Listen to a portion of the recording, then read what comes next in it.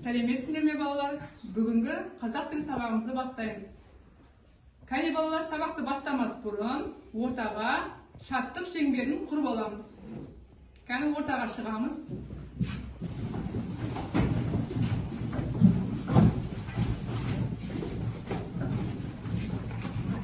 Ортаға шаттық шеңберін құрамыз. Шеңбер болып. Кәне бір-бірімізге жақсы тілектерімізді айтамыз. Кәне бастаймыз. Сен ақылдысың. Сен мейірімдісің. Сен жақсы оқисың, сен сабақты бітіресің. Сен оқыптысың. Сен үлгілісің. Сен секілдісің. Сен білмейсің. Сен білмейсің. Сен жақсысың. Сен сау. Жарайсыңдар балалар, шаттық шеңберін құрып алдық. Енді біз үй тапсырмасын сұрау үшін біз екі топқа бөлінеміз. Екі топқа бөлу үшін мен сендерден өткен тақырыпты сұрақ жасадым. Сандар арқылы, сандардың артында сұрақ жасалған. Сандар арқылы, сандардың әдісі арқылы сендерді топқа бөлемін. Екі топқа. Мына жерде сандар жасалған. Сол сандарды аламыз. Сол орынға барып отырамыз. Балалар, осылай сандар нөмір арқылы жасалған артында сұрақ. Осы сандарды алып біз екі топқа бөлеміз. Екі топтың орындарында сан нөмір бар. Сол нөмірге барып отырамыз. Артында сұрақ бар. Сұраққа жауап беріп, екі топқа бөлінеміз. Кәне бастаймыз. Абай. Дулат ақынның Абайға берген батасын айтып бер. Шырағым, ер жетсең сірә ертесің. Алысқа шырқап кетерсің. Шындасаң шыңға жетерсің. Өте тамаша. Орнымызға барып отырамыз.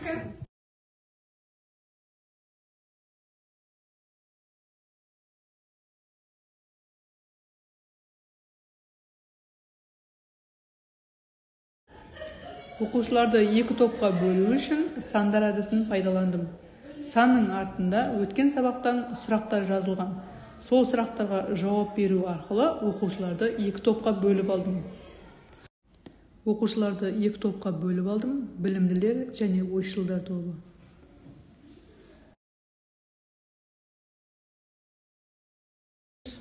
Ал балалар, екі топқа бөлініп алдық. Енді бүгінгі жаңа сабағымызды бастаймыз. Бүгінгі жаңа сабағымыз Абай ұлы ақын. Балалар, Абайдың кім екенін білеміз бе? Абай ұлы ақын, жазушы, аудармашы, сазгер. Абай Құнанбайұлы 1845 жылы Шығыс Қазақстан облысы Семей қаласында дүниеге келген. Абайдың бала кезден өте білімді, зерек болып өскен. Оны әжесі Зере тәрбиелеген. Анасының аты Ұлжан, әкесінің аты Құнанбай. Әкесі билік істерімен айналысқан. Балалар, Абай ұлы ақын. Біз білеміз Абайдың кім екенін, Абай кім екенін кәне өтейік, айтайықшы кәне.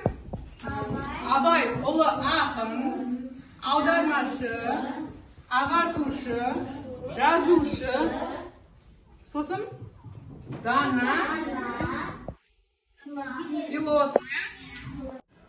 Сабақтың мақсаты оқыған, тыңдаған мәтінді түсіну, сөйлемдерге сұрақтар құрастыру, жалғауларды дұрыс қолдану.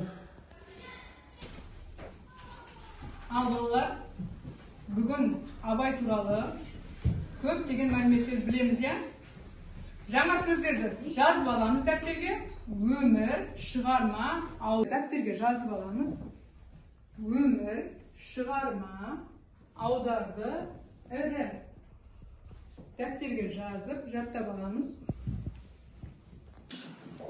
Ал балалар, мен сендерге мына парақты тарқатып берем. Бұл парақ бағалау парағы.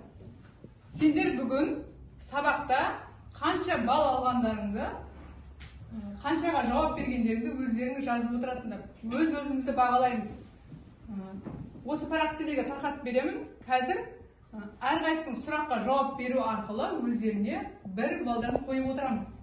Сабақтың соңында мына кубке келіп өздерің әрқайсының жинаған ұпайларың бойынша кубка жабыстырамыз. Түсіндік па балалар?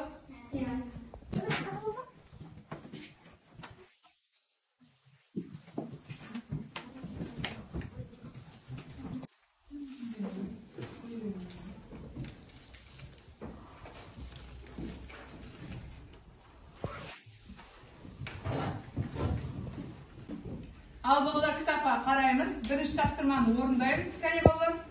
Бірінші тапсырмада мәтінді тыңда, көп нүктенің орнына қажетті сөздерді қойып, мазмұнын айт дейді. Кәне балалар?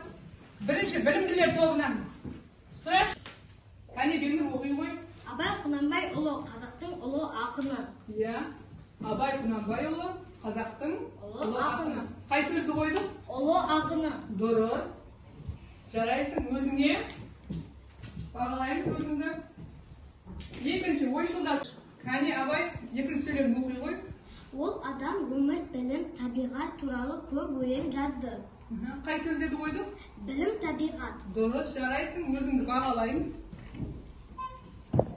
Ал балалар, қараймыз. Екінші тапсырмаға қараймыз. Жазылым. Көп нүктенің орнына керекті қосымшаны жалғап жаз дейді. Қараймыз. Абай. Қай жалғауды? Қосымшаны жалғаймыз? Абайдың өлеңдері. Екінші тапсырма, бұл жерде жазылым көп нүктенің орнына керекті қосымшаны жалғап жазады. Ал балалар, үшінші тапсырмаға қараймыз. Оқылым, айтылым, мәтінді оқы, өзің қалаған үш сөйлемге сұрақ қой дейді. Оқимыз. Кәне, кім шығады? Бағым, келе ғой. Келе ғой.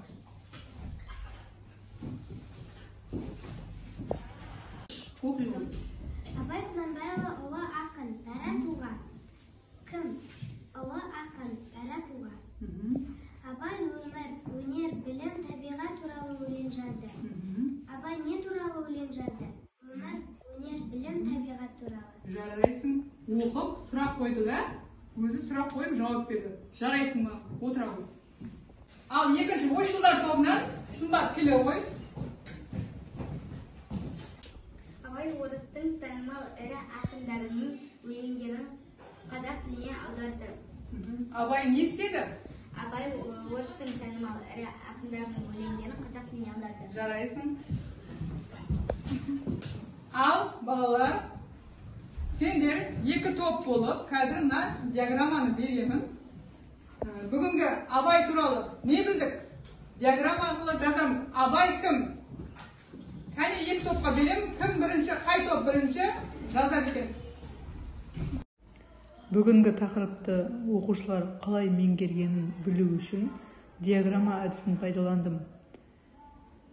Мінекей көріп отырғандай оқушылар бірлесе отырып жұмыс жасады. Балалар қайсы топ бірінші болды? Кәне білімділер тобынан шығамыз, бәріміз.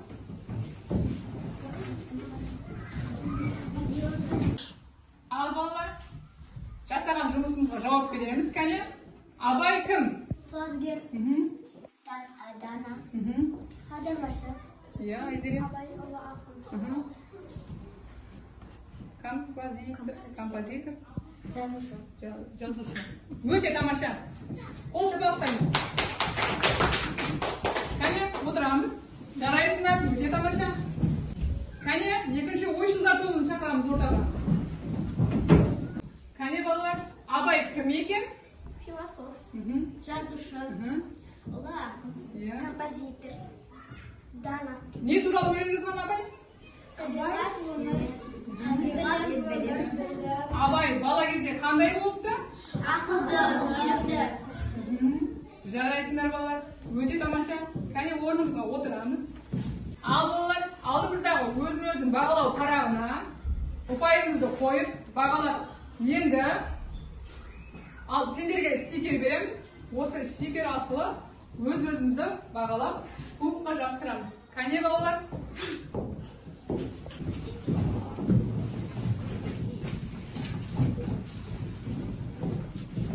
Оқушыларды бағалау үшін кубок әдісін қолдандым.